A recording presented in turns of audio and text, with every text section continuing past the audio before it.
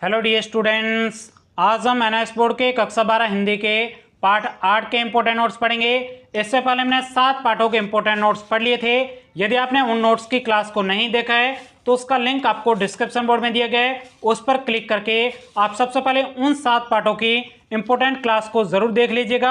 आज की इस क्लास में हम पार्ट संख्या 7 के इंपॉर्टेंट नोट्स पढ़ने वाले हैं। तो चलेगा, आज की क्लास को स्टार्ट करते हैं। पहला हमारा इंपॉर्टेंट प्रश्न है, दो कलाकार पाठ के लेखक का क्या नाम है। तो इस प्रश्न का उत्तर है, दो कलाकार पाठ के लेखक का नाम मनु भंडारी है। लेखिका का क्या नाम है? मनु भंडारी है। चलेगा, बढ़ते अगले प्रश्न की तरफ। अगला आपके दूसरा प्रश्न है, जिसमें कहा जा रहा है अरुणा और चित्रा के बीच में क्या संबंध था। यह प्रश्न आपके पिछले साल बोर्ड के एग्जाम में पूछा गया है, तो आप इस प्रश्न के उत्तर को अभी का भी जरूर याद करेगा। तो इस प्रश्न का उत्तर है, अरुणा और चित्रा के मध्य मित्रता का संबंध था। उनके मध्य कैसा संबंध था? मित्रता का संबंध था। चलेगा, बढ़ते अगले प्रश्न की तरफ। अगला आपके तीसरा प्रश्न है, जिसमें कहा जा रहा है अरुणा किसके बच्चे को बचा नहीं पाई। तो इस प्रश्न का उत्तर है, अरुणा फुलिया दाई के बच्चे को बचा नहीं पाई थी। तो चलेगा, बढ़ते अगले प्रश्न की तरफ। अगला आपके चौथा प्रश्न है, जिसमें कहा जा रहा है अरुणा कौन थी। तो इस प्रश्न का उत्तर है, अरुणा एक समाज सेविका थी और इसका विवाह मनोज के साथ निश्चित हो चुका था। चलेगा, बढ़ते अगले प्रश्न की तरफ। अगला आपके पांचवा प्रश्न है, जिसमें कहा जा रहा है दो कलाकार पाठ की कथा वस्तु का मूल संदेश क्या है। यह भी प्रश्न आपके पिछले साल बोर्ड के एग्जाम में पूछा गया है, इसलिए आप इस प्रश्न के उत्तर को अच्छे तरीके से अभी का भी जरूर याद करेगा। तो इस प्रश्न का उत्तर है, दो कलाकार पाठ की कथा वस्तु का मूल संदेश यह है कि कला साधना की अपेक्षा समाज सेवा को महत्व देना है। किसको महत्व देना है? समाज सेवा को महत्व देना है। अब ध्यान से देखिएगा साथियों, आप हमारे कोचिंग के इन नोट्स को अपने मोबाइल में डाउनलोड करके किस प्रकार से पढ़ सकते हो। चलेगा, मैं आपको इसका पूरा प्रोसेस बता देता हूं। मोबाइल में डाउनलोड करने के लिए आपके मोबाइल में जहां पर भी गूगल लिखा होगा, उस गूगल के ऊपर आपको क्लिक करना है और उसके बाद में आपको यहाँ पे सर्च करना है MOSTEXAM। इस प्रकार से आपको क्या लिखना है? मोस्ट एग्जाम लिखना है। और उसके बाद में नीचे जो आपको सर्च का बटन दिया है, यहाँ पे आप सिंपल तरीके से क्लिक कर दीजिएगा।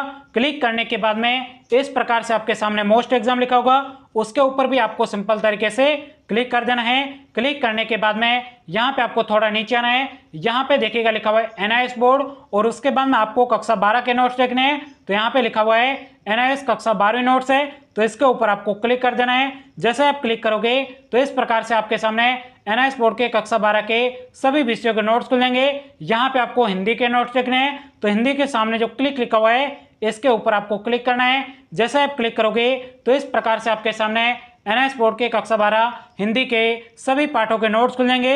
यहाँ पे आपको 8वें पाठ के नोट्स देखने हैं, तो 8वें पाठ के सामने जो क्लिक लिखा हुआ है यहाँ पे आप सिंपल तरीके से क्लिक कर दीजिएगा। क्लिक करने के बाद में इस प्रकार से आपके सामने एनआईएस बोर्ड के कक्षा 12 के हिंदी के चैप्टर 8 के इंपॉर्टेंट नोट्स सभी खुल जाएंगे। तो यहाँ पर आकर भी आप अच्छे तरीके से एक साथ में इन नोट्स को पढ़ सकते हो।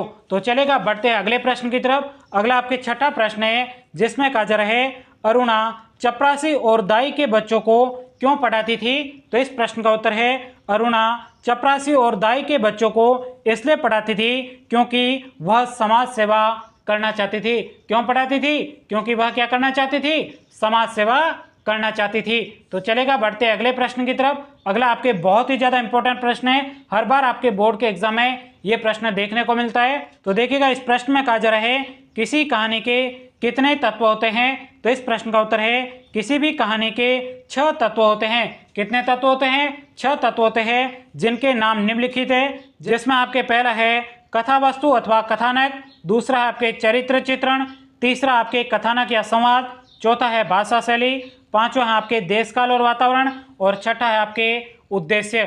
चलेगा, बढ़ते अगले प्रश्न की तरफ। अगला आपके 8वां प्रश्न है, जिसमें कहा जा रहा है कहानी के उद्देश्य को स्पष्ट करने में सर्वाधिक योगदान किसका होता है। तो इस प्रश्न का उत्तर है, कहानी के उद्देश्य को स्पष्ट करने में सर्वाधिक योगदान घटनाओं और संवादों का होता है।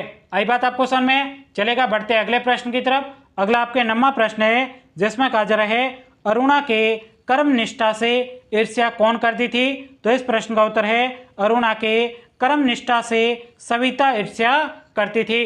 तो आपके इस 8वें पार्ट के इतने इंपॉर्टेंट प्रश्न बनते थे। अगले पार्ट के प्रश्न देखने के लिए यहाँ पे जो आपको साइड में वीडियो दिखाई दे रहा है, इसके ऊपर क्लिक करके आप नेक्स्ट पार्ट के सभी इंपॉर्टेंट नोट्स पढ़ लीजिएगा। तो साथियों, मिलते हैं नई क्लास में, तब तक के लिए जय हिंद, जय भारत।